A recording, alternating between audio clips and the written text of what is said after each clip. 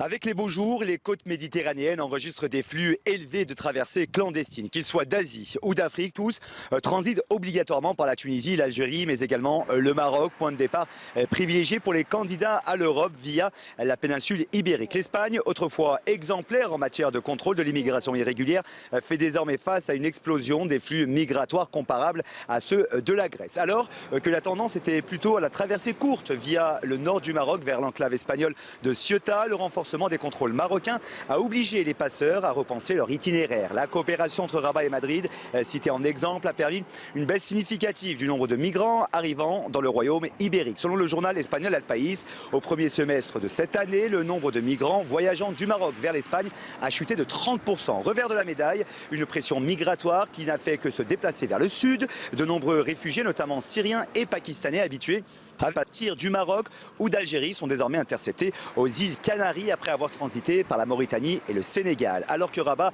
renforce ses contrôles aux frontières, la Mauritanie devient le nouveau point de départ pour les migrants, aux grandes dames des autorités espagnoles qui observent une explosion de débarquements dans l'archipel des Canaries. Écoutez. La situation ne fera qu'empirer, car les conditions météorologiques et maritimes pour naviguer vers les îles Canaries commencent à s'améliorer de manière significative à partir de la seconde moitié du mois d'août, ce qui signifie qu'il y aura donc une reprise significative à partir de cette date. Les arrivées en août ont toujours été plus importantes qu'en juillet.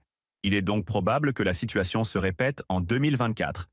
Fuyant les crises économiques ou politiques, ils sont de plus en plus nombreux à prendre la mer pour tenter de rejoindre l'Europe. Selon les autorités espagnoles, entre le 1er janvier et le 15 août 2024, 22 304 migrants sont arrivés aux Canaries contre 9 800 sur la même période l'année dernière, soit une hausse de 126%. Dimanche, deux embarcations en provenance du Sénégal ont atteint les côtes espagnoles avec à leur bord près de 200 personnes, dont 13 mineurs et 8 femmes. Si ces derniers ont eu les faveurs d'une météo clémente, ce n'est pas toujours le cas pour d'autres réfugiés. Samedi, 17 corps, dont 3 femmes, ont été retrouvés échoués sur la plage marocaine de Gueldim, au sud du pays. Selon les premiers éléments de l'enquête, il s'agirait de naufragés subsahariens en route vers les Canaries, dont l'embarcation de fortune n'aurait pas résisté aux mauvaises conditions météo. Selon l'ONG espagnole Caminando Fronteras, plus de 5000 personnes ont péri au cours des 5 premiers mois de 2024 en tentant de rallier les Canaries depuis les côtes africaines.